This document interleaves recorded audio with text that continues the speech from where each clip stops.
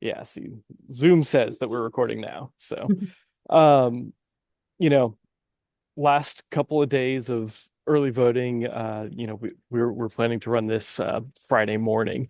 What do people need to know as they're, you know, trying to get ready to go cast a ballot? So turnout has been great in North Carolina, but we are still expecting a lot of folks to make use of early voting before it closes tomorrow, Saturday, November 2nd, 3 p.m. So please, if you want to vote early, please check your county board website to find out the locations. Many of them have wait time trackers, and those are working. So you can know where the shortest lines possibly are and go to those sites. Uh, you can also identify your early voting sites for your county at ncsbe.gov and use our early voting site lookup tool. I think it's also really important for people to be ready to vote. And you can find out that information at ncsbe.gov. Use the voter search tool. That's a chance to double check your voter registration information. That's an opportunity to get your sample ballot. And if you're choosing instead of early voting to vote on election day, then it gives you your election day precinct location. Other key things that folks should remember with early voting, when I'm trying to think, there's lots of little things. Um, Well, one thing I wanted to ask you about is voter ID. How has that gone so far with this rollout? Because obviously this is kind of the first big test big of voter test. ID that we've had in North Carolina. So we certainly are trying to make sure that folks know that with this election, they do have to present an acceptable form of photo ID. And we implemented this back in the fall of 23, but this is the first big election for most voters to have this in place. There are many forms of acceptable photo ID in our state. Most will use their driver's license, but they certainly can use a passport, veterans ID, military ID. There's a lot of university IDs that are acceptable, community college IDs, things of that nature. All of that is found at NCSBE. Oh, I goofed that. I need to do our specialty. Do you want me to just say that, or do you want me to go through the whole acceptable That's forms? fine. I think we can probably just like put up the website like on the screen or something Yeah. like that. So, we'll go ahead and find that where people can find that info. All of that is available at bringitnc.gov, bringitnc.gov. Great. And uh these final days of early voting, this is also the last chance for people uh to register to vote or change their name, change their address. What do people need to bring for that for same day registration? So only during early voting is same day registration available in North Carolina. You cannot register and vote on election day. So we do encourage people, if you're not currently registered or if you need to update your information, you can do that at an early voting site, and you will bring a driver's license, or you'll indicate the last four of your social. We do have to confirm your residence address. So there could be a document like a pay stub or a bank or utility bill that can be shown on your phone if you don't have a printed copy of one of those types of documents. Great. I also wanted to ask you, what happens if folks go to the polls and they see somebody, waiting in line out in the parking lot, whatever, who they think is being maybe too aggressive, in pushing for something or maybe harassing people. What can people do if they are concerned by situations like that they see at the polls? Yeah. If there's concerns around voter intimidation or someone being too aggressive towards voters in their campaigning and so forth, or potentially even some aggression between campaigners, they can alert an election official. Ideally, it's the chief judge of those voting sites, but if if you can't get to the door to notify that individual, then there are usually election officials coming and going who are monitoring the buffer zone, who are maybe helping a voter at the curbside voting. So please approach one of those election officials. They have the authority to step in. They have the training to step in. And if need be, let's hope it's not the case, but if need be, we'll call in local law enforcement to help in peacekeeping or to ease any disruption that may be taking place. Yeah, I think it's a good point. Do you have any indication of how often that's been the case so far this year? I mean, I know that we're currently looking into some allegations of a Wake County early voting site where someone was, I guess, allegedly ripping up signs at the site and telling people it's not illegal to rip up these signs. Uh, I don't believe that's true, but yeah, I guess is it illegal to destroy signs at polling places, and how much of a problem has you know fights been for y'all? Well, we aren't the sign police. That while we do put out the information about whether signs are permitted at voting sites, because there are some circumstances where they are not, we the use of signs often falls into what's permitted within the city limits or the DOT rules for placement in medians and things like that. So it becomes actually a violation potentially of other laws, not necessarily election laws. We are mindful that this could be a free speech violation if someone's ripping up a sign. So I think it's important to alert the election official, but it may also be that local law enforcement would actually have to be alerted, depending on the circumstances of what's going on with the signs. And just coming back to kind of the frequency of these sorts of reports, I mean, is this something that y'all have been hearing a lot about? I mean, we've had what record-setting turnout so far, with more people coming to the polls. Maybe we're having more incidents, or is that not the case? I think we have to recognize that there are a lot of people on the ballot this year. And so what we're hearing more of in terms of campaign sign issues or campaigning issues are people who you know, are very energized to get their signs out. And so they're overlapping each other or blocking each other, or, some people are upset because a certain candidate put out 10 or 15 signs in the same space and it looks like we're growing flowers of signs. It just, but this is so typical. I've been in elections for nearly 19 years now. And, the campaigning space, the signs, they become this point of contention. And, really, we're just asking folks, one, from our standpoint, you cannot put signs or any campaign materials in the area we call the buffer zone as people approach the voting enclosure. There's designated areas outside of that where campaigning is permitted, be it people handing out literature or the signs being placed. But let's just, whether it's campaigning or people going in to vote, let's just, show some civility and celebrate the fact that we have such interest and such turnout, and make sure that people, no matter how you think they're going to cast their ballot, be excited at the fact that people are casting their ballots and making their voices heard. Yeah, and on that point, I wanted to kind of pivot because, like I told you, we've got this poll coming out, on election integrity issues. Can I say two things you might want to use on early voting that Oh, I yeah. remember Yeah, when I if kind there's of more. just stuttered, and then we'll go to the poll. Yeah. So, I think it's really important that we emphasize that if you want to vote early, you must do so in your county of registration, but you can go to any early voting site. So if you learn that there's not a line at a certain site, go there. You aren't limited to where your residence is for early voting. Just you're limited to making sure that you vote early in your county of registration. So I think that's one point that people they get really fixated on. It's like the people in Cary, you don't have to vote in Cary. You can go down the street and probably not have to wait so long. And then what was the other thing that I thought of? Oh, it was the same day registration. So we hit on that. So we're Okay. good. Okay. Oh, and I guess while we're back on this, I did want to ask you too, people who have gotten mail-in ballots, but who have not yet sent those That's a back great in, point. what do they need to know? Yeah. So if a person requested an absentee by mail ballot and they've chosen that that's not the voting method that they want to do, they can go vote in person during the early voting period or on election day. They just simply need to discard that. We do not have them in the system as having voted. We simply have them in the system as having requested a ballot. And so that does not keep them from voting in person if that's how they choose.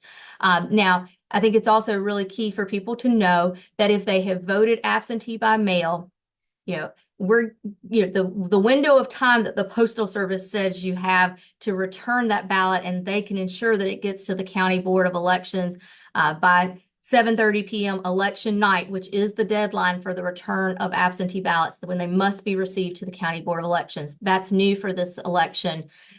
So we need to keep that in mind and encourage folks that the mail may not be your best option. So if you do choose to vote absentee by mail, you can drop that ballot off at an early voting site in your county or to your County Board of Elections office, and just make sure that it's in their hands by 7:30 p.m. election day. And it can be the voter, but it can also be the near relative or legal guardian who drops off an absentee ballot for a voter.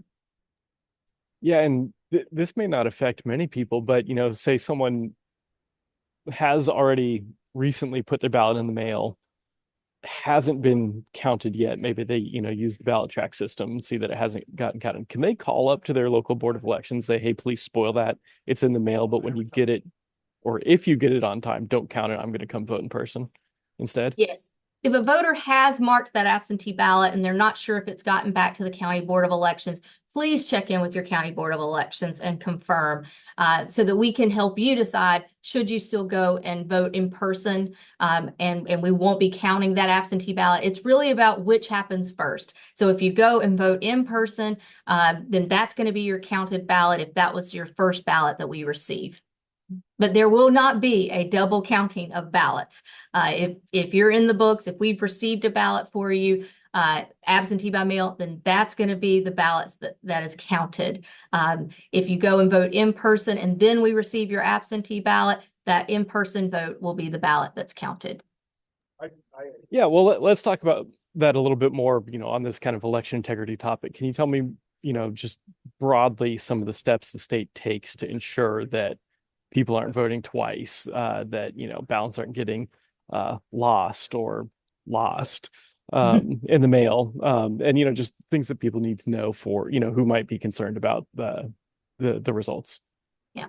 So we have a very strong tracking system within our how we issue absentee ballots. I mean, first off, people need to realize that when someone even requests an absentee ballot, we are confirming their driver's license or their social security number with our system to make sure that they are the registered voter within our system before we ever mail that ballot out. It goes out, the voter is going to vote their ballot in the presence of two other individuals who will serve as their witnesses or in front of a notary. Those individuals don't see how they voted, but they can attest that it was the voter who voted that ballot. And then the voter signs for that too. And North Carolina law requires those absentee ballot voters to put a copy of their photo ID in with their return materials, or an exception form that said they could not make a copy of that ID. So we have that additional layer of security. In returning that, it is checked in to our county board office. These ballots are all reviewed for the completion of the witness portion in front of the bipartisan county board members. And then they are opened and the ballots inserted into the tabulator. Similarly, when someone checks in to vote, there is a check-in system that is updating across the state that people have checked in to vote. On election day, those poll books are specific to that precinct polling location. So if you're not on the books, you're probably not in the right polling location, or you're not properly registered to vote.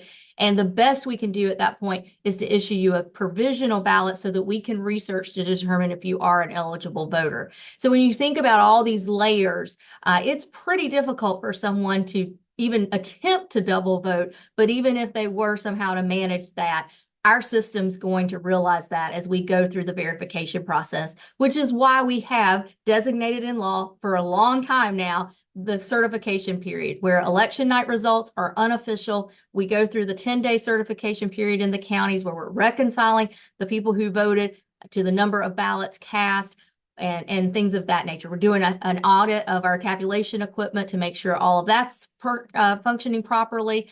And this is how we can give assurance to the voters of all the checks and balances that are in place in North Carolina. And obviously, we use paper ballots here in North Carolina as Right. well. And how does that help with the auditing if there are questions that arise after the election?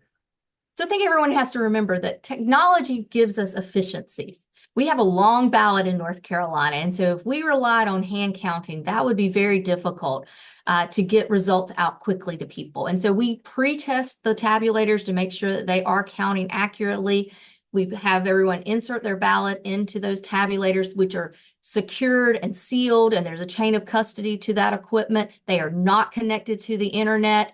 And then post-election, we do an audit and to verify the accuracy of those tabulators. But another backup method to the entire process is that every North Carolinian casts their ballot on paper so that we can, if we ever had to, we can do a hand count. And there are provisions within our law. Part of that post-election tabulation is to hand count the top contest on the ballot for randomly selected voting sites. And then similarly, if we, there are times when we can get all the way down to a hand count, recount of some contests. I think that's all good. I wanted to ask you about just if you've run into any difficulties with messaging to people that, that all these things exist.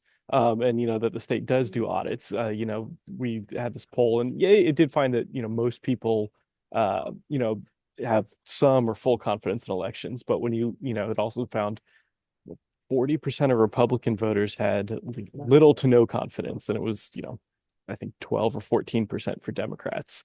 How, how do you try to communicate that, especially in, a very partisan environment like we're in when y'all are trying to kind of stay above the political fray?